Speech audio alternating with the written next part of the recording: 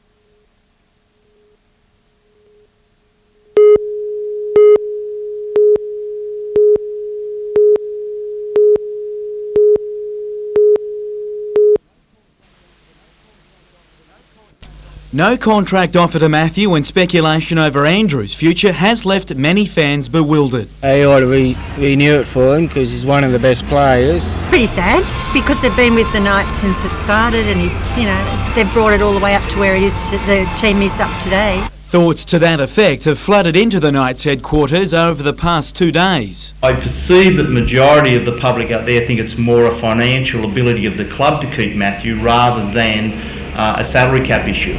But the issue has also come to a head amongst the players. Matthew addressed the players this morning at a little gathering of the players and reaffirmed to the players that he would give 100%, as you'd expect, no less from Matthew. The skipper also spoke to the players about turning their season around after 5 losses in 7 games. It's a very long season and things go up and down for you, and this is just one of those tough periods that we need to fight through. The team named to take on the Bulldogs this weekend will depend on Adam McDougall's recovery from State of Origin and Matt Gidley from injury.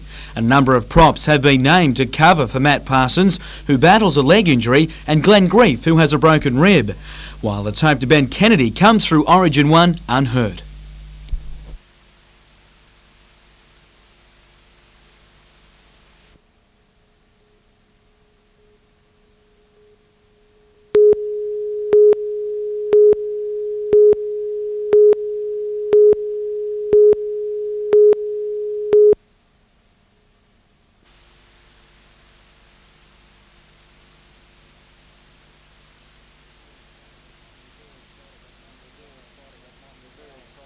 We're very excited. We've got Mike's pals coming over from New Zealand, from the Barry Purdon stable.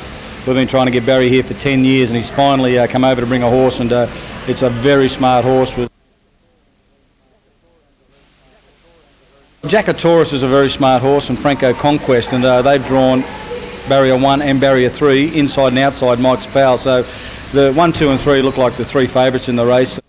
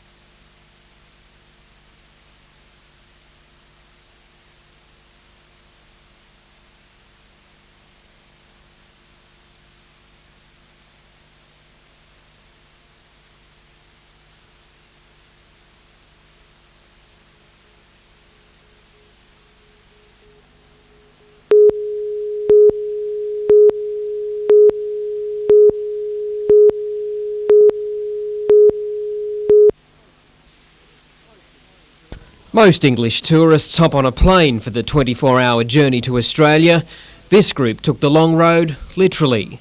They left Newcastle upon Tyne in August last year in 2 diesel Land Rovers.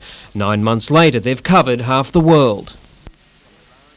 From Iran to the roof of the world and the mountains of Tibet to Southeast Asia. And we just come out of China and we came into this lush, beautiful, green, tropical, mountainous scenery. It was absolutely fantastic for me. With so many hostile borders to cross, the journey wasn't without its dramas. Getting across the border from Iran to Pakistan, we had to get a police escort because another expedition had been kidnapped the day before, so that was a bit frightening. It wasn't all fun and games. The expedition also helped the disadvantaged in India and Romania. They also built a playground in Bangladesh. The journey ended this week in Newcastle. The Saddle Sore 6 are happy they're at journey's end. It is a Land Rover after all, and we've got a bit square asses. No, much better now. I had my first bath in about 3 months the other day, so it was fantastic. The young travellers will holiday and work in Australia for the next 12 months. They may even head back the same way they came. There's rumours that we might get the Land Rovers shipped to Africa and drive back through there, or maybe to India. Blake Doyle, NBN News.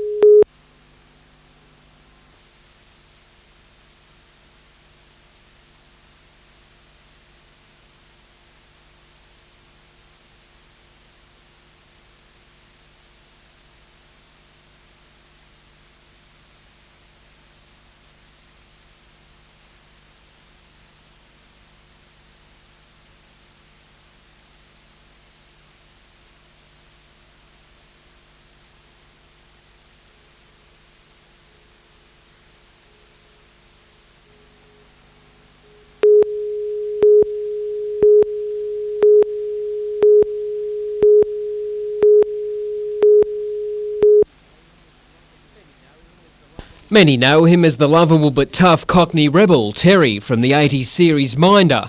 Now Dennis Waterman is on stage in Newcastle in Don't Dress for Dinner. Yeah, we do. We have a great deal of fun, and I have to say, so does the audience. It's great. We've had fantastic response. Waterman shares the stage with the versatile John English, Sue Hodge and Toddy Goldsmith.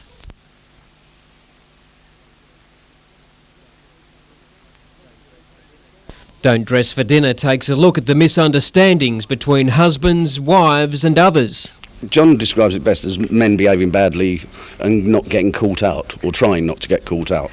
The production starts tonight and runs until Saturday.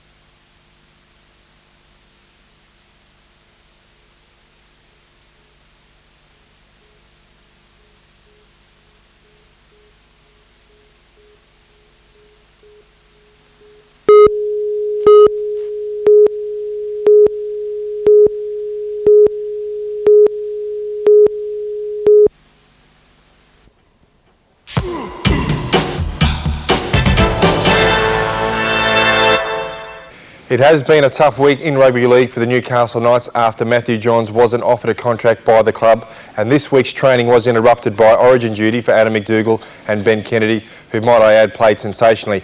Add on to the back of that are the recent off-field incidents. You can easily understand how hard it will be for the team to clear their minds and perform, but perform they will. The team is unified in itself, and Matthew Johns will lead the way. His handling of the situation and his attitude in preparing himself for the weekend's clash has been impeccable. A credit to him and his family. Matthew, along with the rest of the team, will take on the Bulldogs with every ounce of pride and courage that they can muster. They know that they must win. Now on to the players of the week, and of course State of Origin rules the roost, and what a great match it was, as tough as ever. Darren Lockyer smashed by a Rodney Howe shoulder charge. And Torres returned the favour to Howe. Windle Sailor left groggy by his own teammate Darren Lockyer. And it's still mate against mate. Brian Fletcher giving a friendly pat on the head to Roosters teammate Adrian Lamb. Now on to round 15's tips, and I think Parramatta at home can beat the Dragons. Sharks over the Panthers. The Raiders to win at Bruce Stadium against their old coach Tim Sheens. The Knights over the Bulldogs, while Eagles, Storm and the Broncos should win their home games. Well, good luck for your tips. I'll be back next week.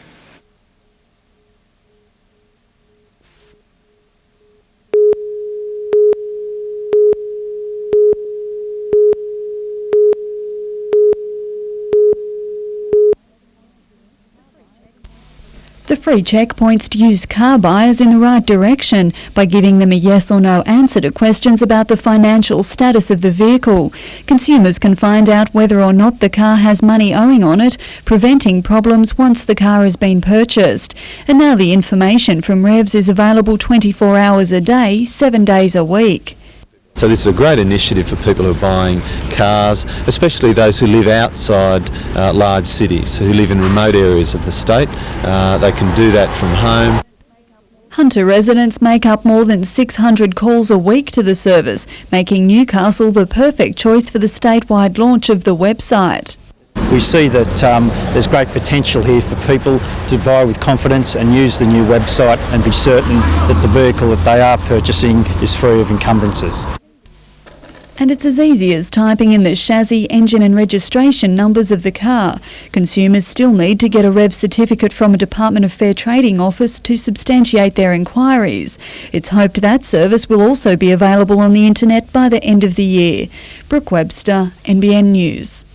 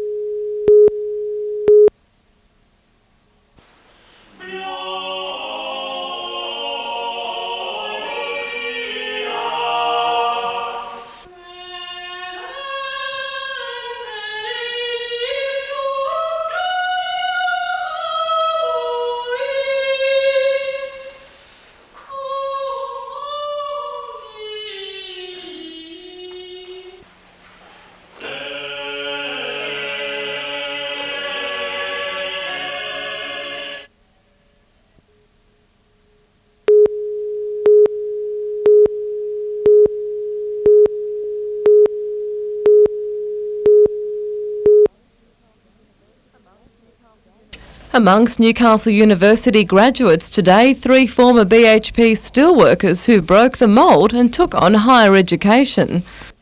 One of the things that they did stress was that we had in that stage 8% unemployment, and they said, well, that means there's 92% employment, so there's a fair chance if there's 92% employment that I'm going to get one of those jobs. Advice that also wasn't lost on Shane Alderdice, the former steelworker offered a teaching position before he'd even completed his Bachelor of Education. I had 2 weeks off after the closure of BHP and then I was straight into full-time teaching. Paul Smith also furthered his tertiary studies, his Masters in Occupational Health and Safety, securing him a job at Wollongong and a stable future for his family. If industry and higher education institutions keep working together like that, it's got to be to the betterment of the whole of the country. Ian Williams says the various managerial positions he held at the works over the last decade will help his new consultancy business, today praising BHP's Pathway program for allowing him to become the first graduate of the Masters of Graduate Management. Doing the Masters degree and providing some flexibility for the future was great, and the support from BHP, couldn't have done it without it.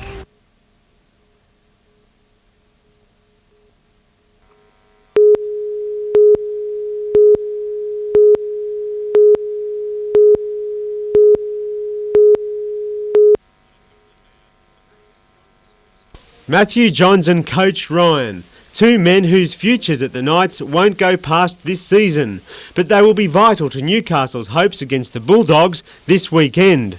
Matthew Johns' manager says he had fruitful discussions with the New South Wales and Australian rugby unions today, while every NRL club worth its salt wants to sign the Knights 5/8. English clubs have already made offers.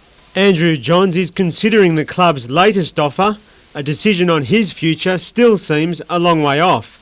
Two-try State of Origin star Adam McDougall is yet to start his contract negotiations. I've been pretty happy with my form this year. I feel that I've put a good foot forward every week for the club, and I always try to do the best for the Knights. I'm hopeful of staying here, but as I said, these things are out of my hand. I can just go out and play good football week in and week out and then leave the rest to the club. Whether he plays at Stadium Australia again on Saturday night depends on how his knee recovers after the State of Origin win. I've got a grade 2 medial ligament tear in my knee, so it's a bit concerning, but I'm hopeful soon he'll happen tomorrow and he'll give me a positive outcome on the injury. In other team news, Matt Gidley, Matt Parsons and Peter Shields are all out. Tamana Tahu will play in the centres, Justin Ryder will come onto the wing, David Fairley lines up in the second row and Clinton O'Brien is back at prop.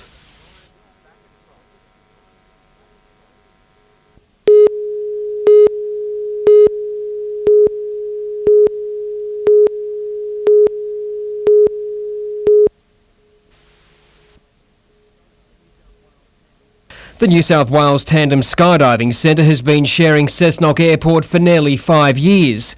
Owner-operators claim in that time there's been one serious risk to safety after a skydiver and plane came perilously close at Easter. Whilst we believe that the aeroplane was in the wrong, we've filed the appropriate report to Civil Aviation and we're waiting for what they say. Cessnock Council says skydivers pose an ongoing risk. It now wants the club to move its drop zone elsewhere, but the owners say that will force them to close their $2 million business.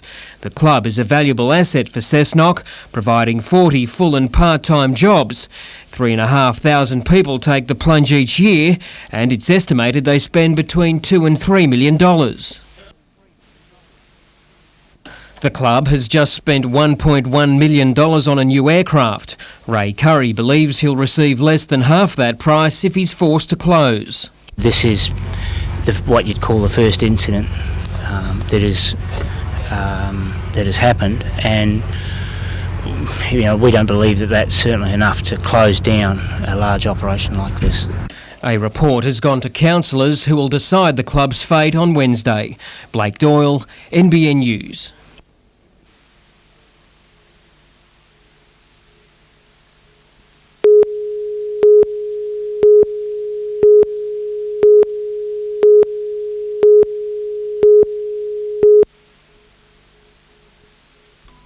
This is the food that helps to keep hearts healthy. Today, organisations around the state were cooking up a storm to promote Heart Week. Heart disease is Australia's biggest killer, and maintaining a healthy lifestyle is just one way to minimise the risks. So the most important is probably to stop smoking, and that's one of the really great success stories over the last few years, where smoking rates have fallen very dramatically, although still not as low as we would like them to be. And it seems the seminars and awareness displays are getting the message across. In the last 20 to 30 years, doctors have noticed a change in attitudes and a subsequent improvement in statistics. I don't think we'll ever completely prevent heart attacks, just like we probably will never completely prevent cancers, but we can certainly put off the day that they happen. Brooke Webster, NBN News.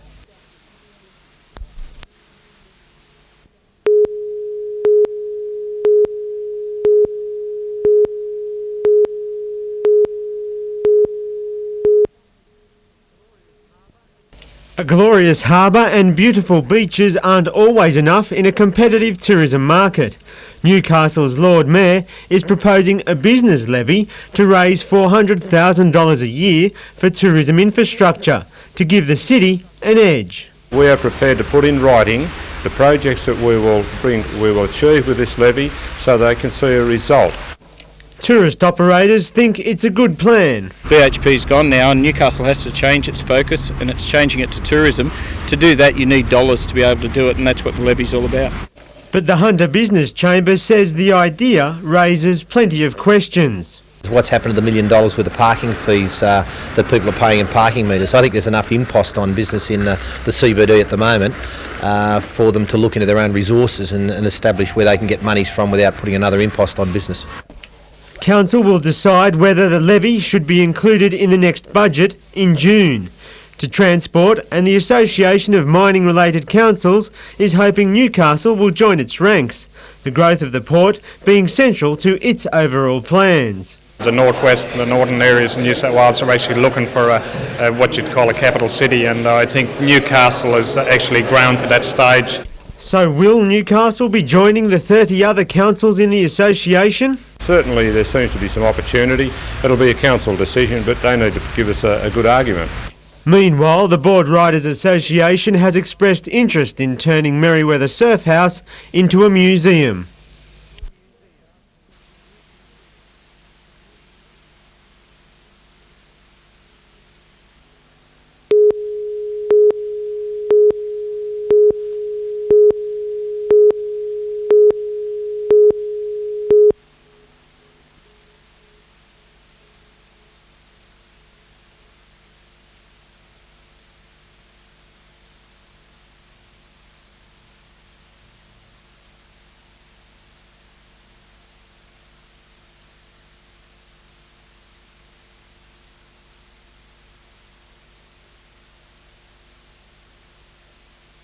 The weather's fantastic. We've had a very good run to this point of the day, and we're certainly hoping it's going to follow on from here.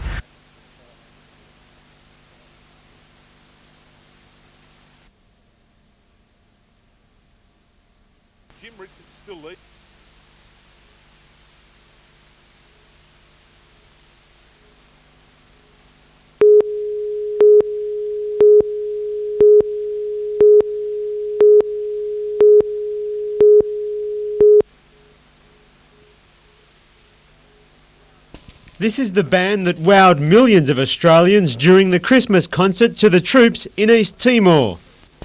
And there's no doubting the musical ability of the band of the Royal Military College. Just ask someone who is flattered to sing with them. I really enjoy working with the RMC band because I'm a passionate musician, and these guys are absolutely fearless. You know, I've seen them play everything from orchestral arrangements through to, as you just seen, like punk, you know, and they do it really, really well. And from a musician's point of view, very few groups of musicians are that free, you know, so it's a real, I love it. I work with them as often as I can, yeah. Not only are they musically talented, but they know how to work a crowd. Students at Newcastle High jumped from their seats as soon as the RMC upped the tempo. The band will play at Newcastle Workers tonight as part of a Northern New South Wales tour raising money for charities. This evening's beneficiary is the Westpac Helicopter Rescue Service, and James Blundell hopes the crowd's reaction is just as good. You get there for the serious show in the evening, which is an amazing musical tapestry, but everybody just sort of sits there going like that, and you go, come on, you know. So we should have planned a few of these, I think, in the gig tonight, yeah.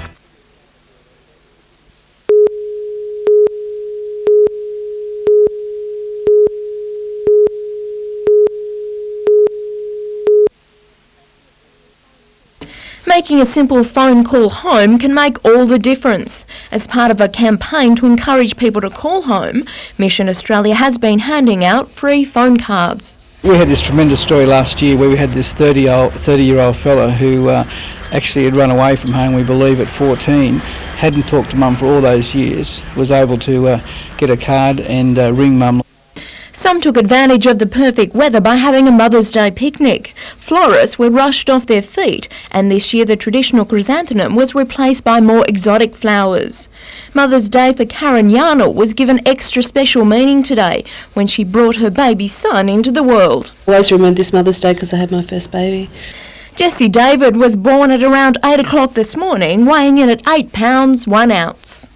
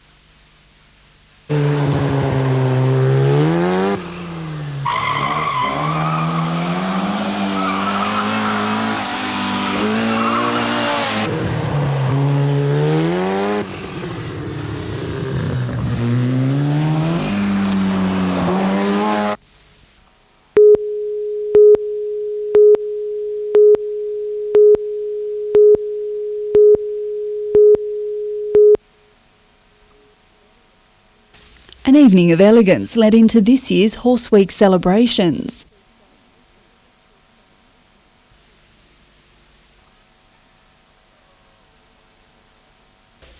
But as spirits overflowed and couples made one more turn on the dance floor, there was some serious business brewing. This year, seafood wasn't just on the menu, it was in the racing lineup, and a bidding war began for the pick of the crayfish.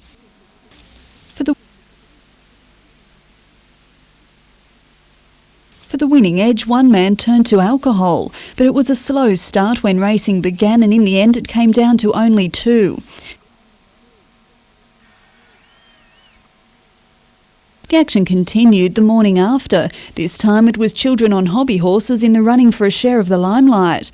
Competition gave way to festivity when the main parade wound its way through Scone's main streets.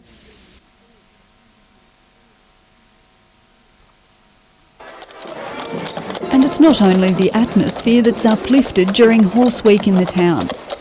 Well, everybody gets a little bit of a slice of the cake, Jim, between petrol bowser, accommodation, cup of coffee. It brings a lot of money into the Shire over the period of the 10-day festival. And there were some prepared to lock horns to secure their place in the parade and prove the Horse Festival is an event for just about everyone. Brooke Webster, NBN News.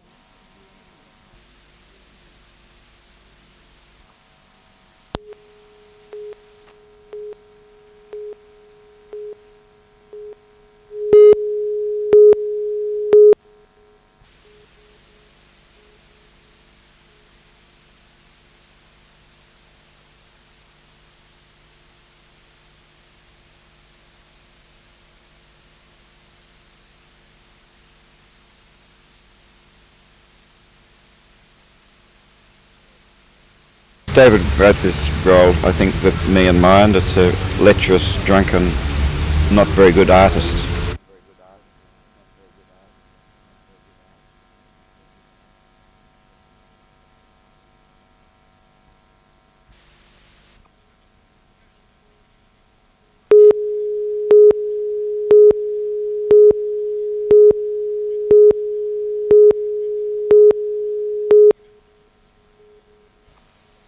Andrew McGrath made the chilling admission to murdering John Lund in his home on December 98.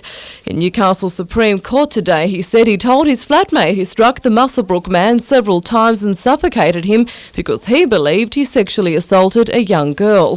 He said that version differed from the one given to police earlier when he told them it was a mercy killing because Lund only had weeks to live. In evidence, he repeated several times today it was not my place to do anything, but he said in the end I lost control a bit. I struck him in the head on a couple of occasions. Next thing I knew, I was kneeling above him with a tea towel. The violent act, he said, was a result of an argument with Lund that evening when he said he confronted him about sexually assaulting a young girl. He said, I know what you've done. I know there's been others. Don't deny it. To which Lund responded, I don't care what you say. Now get out of my house. McGrath will be sentenced on Thursday. Helen Kapalos, NBN News.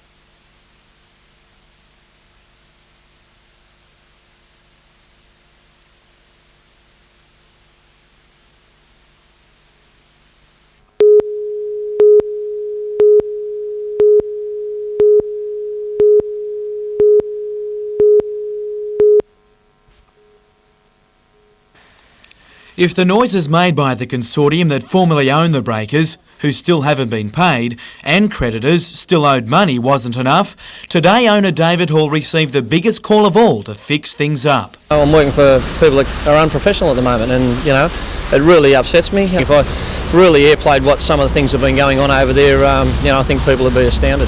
Coach Lee Sterry has wanted to speak with Hall and General Manager Maurice McAllister about the club's future for some time, so he can then begin signing players. But when today's meeting fell through, the coach had about enough. Well, pretty close to it, At the end of the day, I've got players that are sort of, very, very nervous. I'm very, very nervous about my future at the club.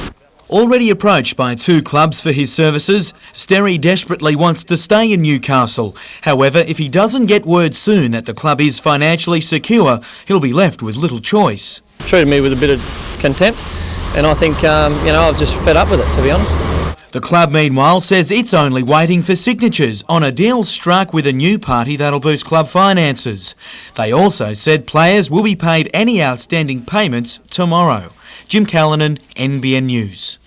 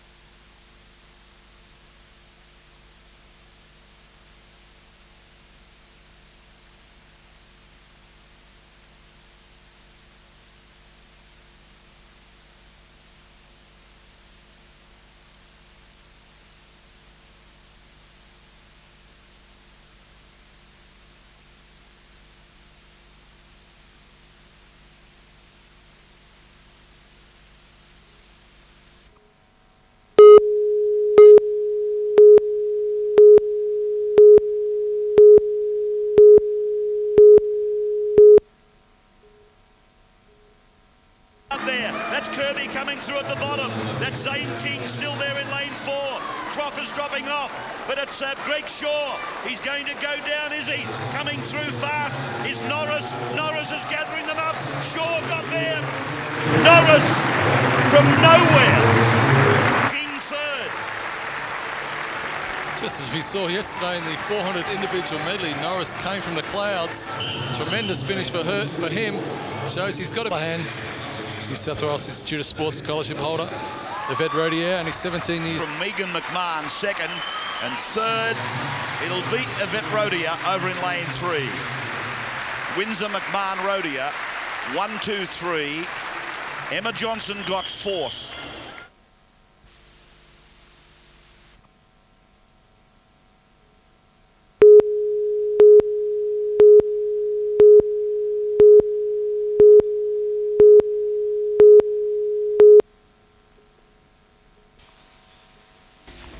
More than 17,000 car tyres are being poured into a 205-metre stretch of cycleway. Rather than have tyres illegally dumped or find their way to landfill, we're actually finding a value-added use for those tyres, processing them and using them in pavement structures. It's the first time the surface has been used for a cycleway, and the cost effectiveness of it is currently on trial. If successful, the options for its use seem limitless.